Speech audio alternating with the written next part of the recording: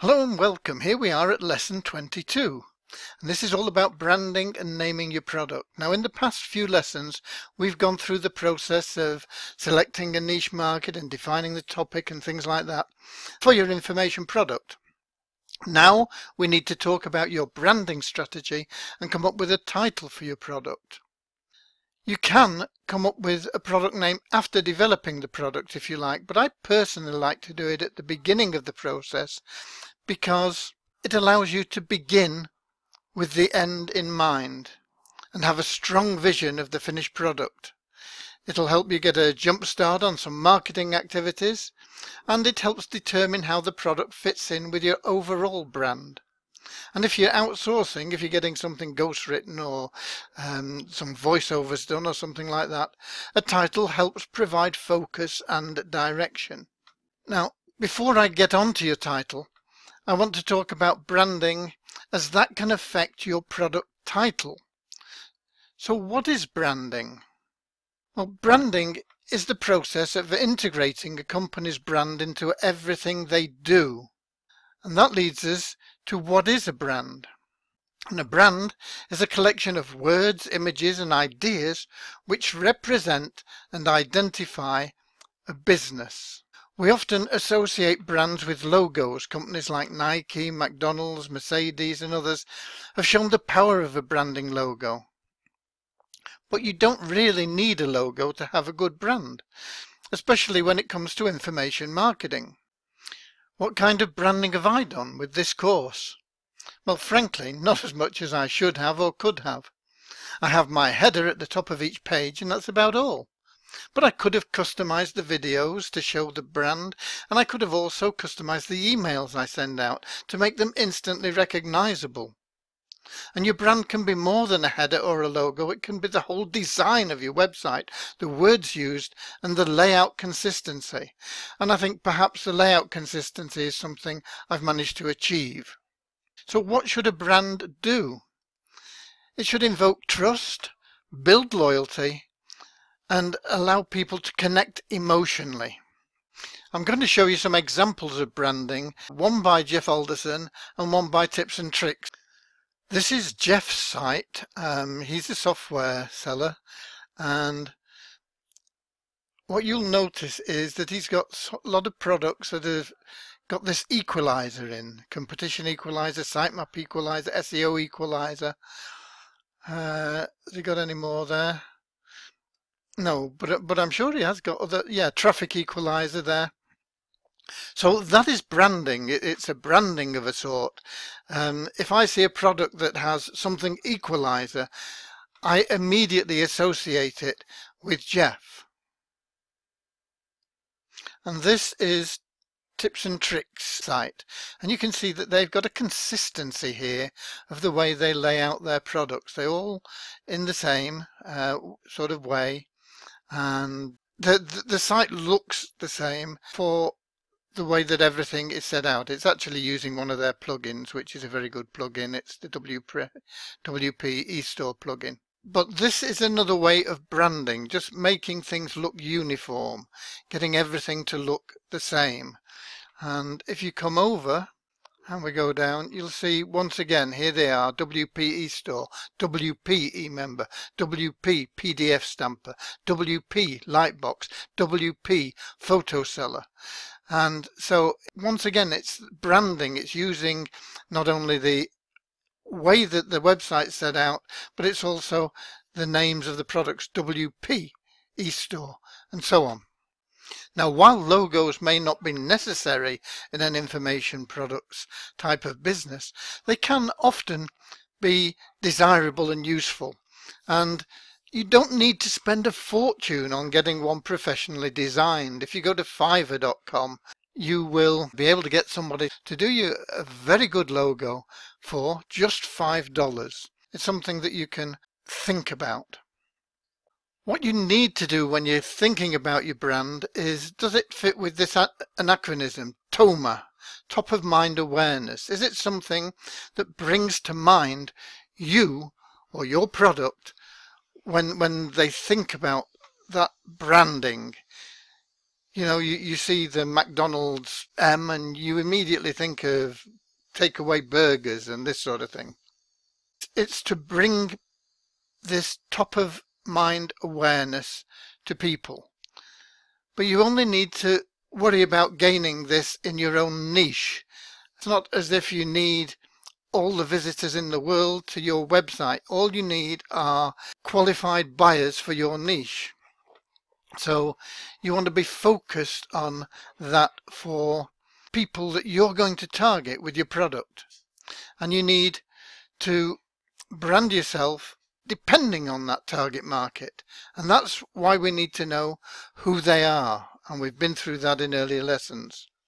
And then you can convey your image in a way that resonates positivity with your target market. And use a language that they use and understand. If your target market is the older generation, you don't want to be using a lot of these tech shortcuts and things. If it's the younger generation, then you probably need to brush up on that sort of thing and use the common buzzwords that the younger generation are using. Link your language to your product and your brand. In your branding, think about, do you want to look big or small?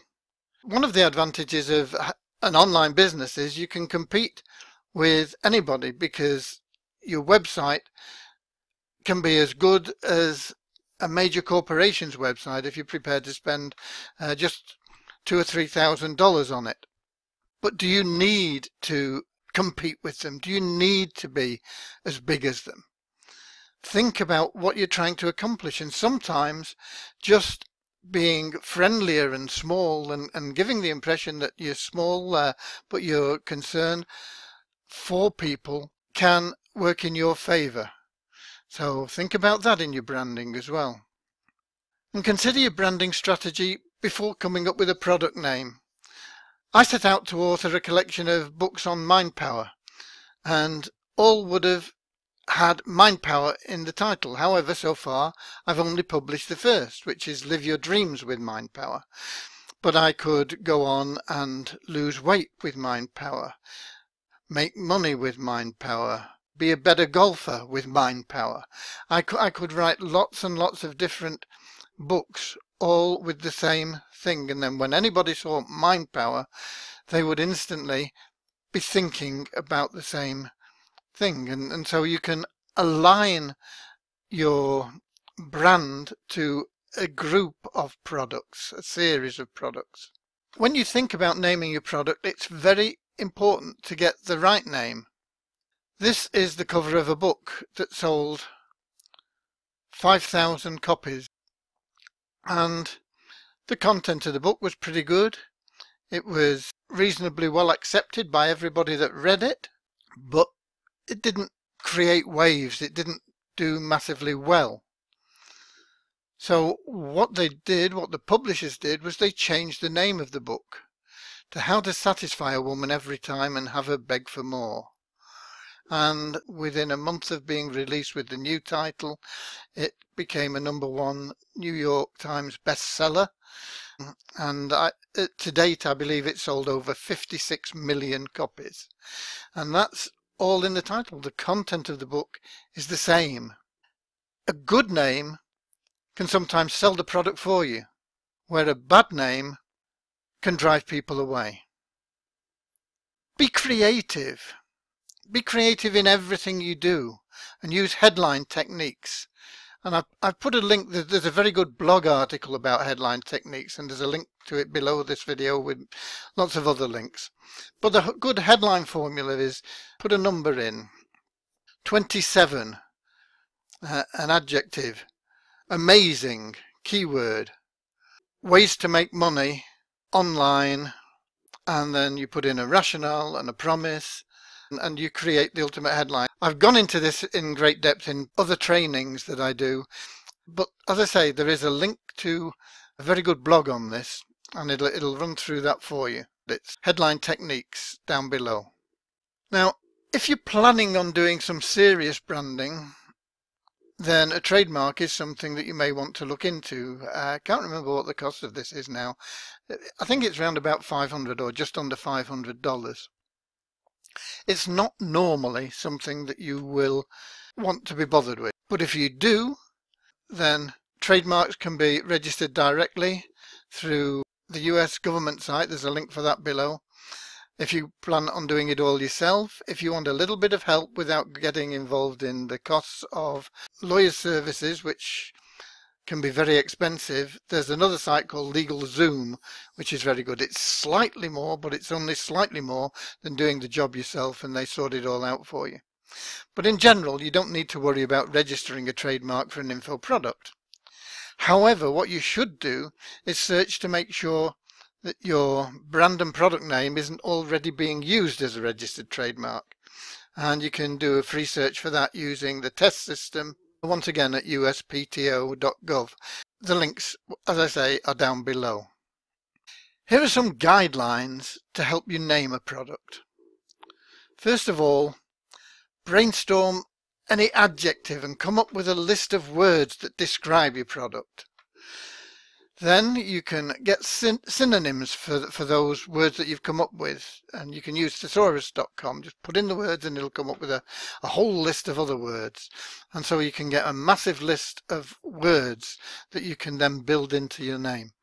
Find the ones that really attract you and focus on the benefits, not the features. People want to know what it'll do for them. They're not interested in the television has an on-off control and a remote control so that you can change channels. They want to know that you can get every program you want while sitting in your armchair. That's the benefit. They don't have to mess about. They just can click, bam, and they're there. They don't need the features. So focus on the benefits, not the features. Ideally, you should make it easy to pronounce and easy to remember. It must be catchy enough to stop a member of your target market in their tracks. You want something that grabs their attention. So think shocking, provocative, exciting, controversial, motivational.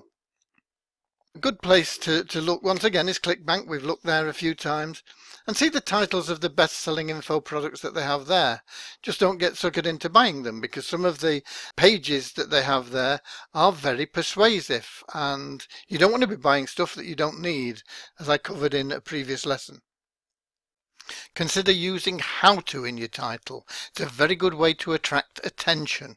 Dale Carnegie's book, How to Win Friends and Influence People. There's a reduction method that I use. It doesn't always work, but it sometimes does, and it may give you some ideas. So you can write down exactly what the product is. You can take a paragraph, a few sentences, and then look at it and condense all that into one sentence. And then when you've got one sentence that expresses what your product is, take it further and condense it into 4 words or less, and that will give you perhaps the basis of a name for your product. There's a site I came across when I was just doing a bit of research some time ago, and that's Title Scorer. It looks and it sort of checks on the percentage chance of getting a bestseller from the title that you choose. It's something you can play with. I say don't take too much stock in it seriously, because sometimes product titles are different from bookstore bestsellers, but it might give you some indications, and it's something that if you've got time you can run through it. It's always a good idea to get 2 or 3 titles and split test them if you can.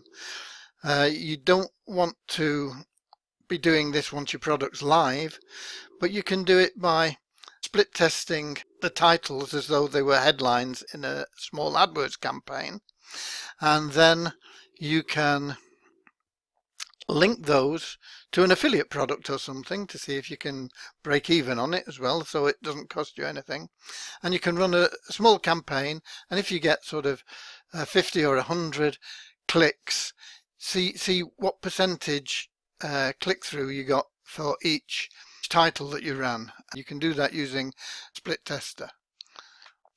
You can consider a traditional title subtitle format, and if you look in Amazon bestsellers or something like that, and you'll see the title of a book might be Rich Dad Poor Dad, and then the subtitle just explaining what the book is about. Another tip is to put it in Google. Don't forget the quotation marks to see if somebody's already using your title. Now, you may come up with a lot of things that are not relevant. What you're looking for when you do that is just to see if somebody has a product that is using the same title that you're deciding on. You want something that's unique if you possibly can do it. And you can get feedback from friends and family. Now, friends and family can be useful in a situation like this. I've said to you previously, don't go to them asking if they think it's a good idea for you to go into business online, because most of them will tell you, oh no, you don't, you'll never succeed at that. That's, you get all sorts of horror stories and you'll be put off before you start. But for something like this, it can be really useful because it's not something that you want to survey your list with. It's not something you want to put out on the internet particularly and ask people what they think of it, because there'll be people out there that may look at this and say, oh, that's a good idea, and they might pinch your idea. But family and friends go to and say, what do you think about this? And they can look at it.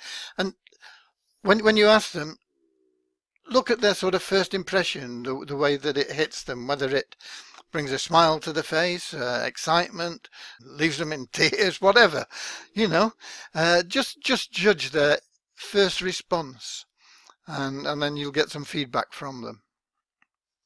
So we're getting to action steps. What I want you to do this week, I want you to think about your branding strategy, decide on whether you're going to have a group of products and you want them to be similar in name, like my Mind Power, or how it's going to affect your title, and then come up with a title for your product. Keep in mind you can always change the title later on. It's not set in stone, like the book that was written by Nora Hayden. That wasn't set in stone. The title didn't work, that one did. So bear in mind that everything is flexible when you're marketing. Everything is flexible, but you need a starting point. So come up with a title for your product. And after you've come up with a title for your product, it's going to be time to state your claim on the web and register a marketable domain to go along with it. There are good domains and there are bad domains, and I'm going to be talking about all that in the next lesson. As always, you're welcome to post your questions and comments below. That's it for this lesson, so I'll see you soon, and we'll be talking about domains and linking them to your product title.